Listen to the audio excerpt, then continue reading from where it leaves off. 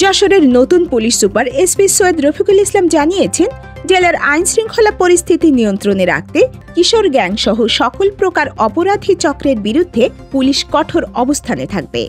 তিনি বলেন, আইনশৃঙ্খলা রক্ষায় পুলিশ সর্বদা মাঠে থাকবে, কোনো অপরাধীকেই ছাড় দেওয়া হবে না। অপারেশন আসলে হুট করে হয় না, অনেক সময় এটি আসলে প্ল্যানও করতে হয়, এটিও সত্য।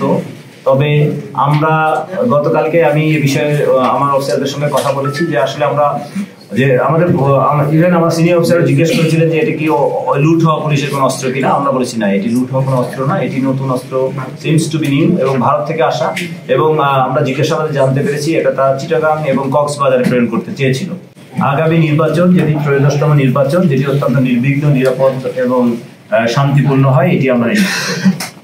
রোববার পুলিশ সুপার কার্যালয়ের কনফারেন্স রুমে স্থানীয় সাংবাদিকদের সঙ্গে মত বিনিময় সভায় তিনি এ মন্তব্য করেন। দায়িত্ব গ্রহণের পর প্রথমবারের মতো সাংবাদিকদের সঙ্গে খোলামেলা আলোচনায় অংশ নিয়ে তিনি জেলার সার্বিক নিরাপত্তা, পুলিশি কার্যক্রম ও ভবিষ্যৎ পরিকল্পনা তুলে ধরেন। এসপি রফিকুল ইসলাম বলেন, পুলিশ সদস্যরা রাত দিন পরিশ্রম করে জনগণের নিরাপত্তা নিশ্চিত করেন, যা প্রশংসার দাবিদার। সভায় তিনি হলুদ সাংবাদিকতা সম্পর্কে কঠোর বক্তব্য রাখেন।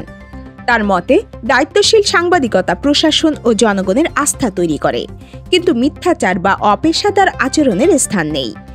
শহরের দীর্ঘদিনের যানজট নিরসনেও বিশেষ উদ্যোগের ঘোষণা দেন তিনি।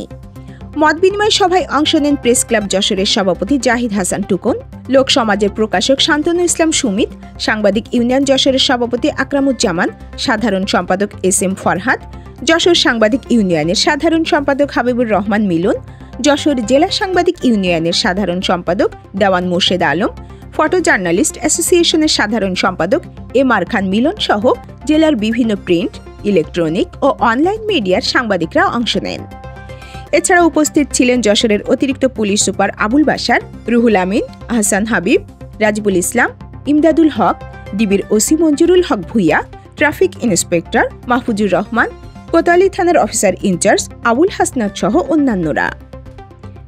আয়েশা আক্তার, রাত দিন নিউজ।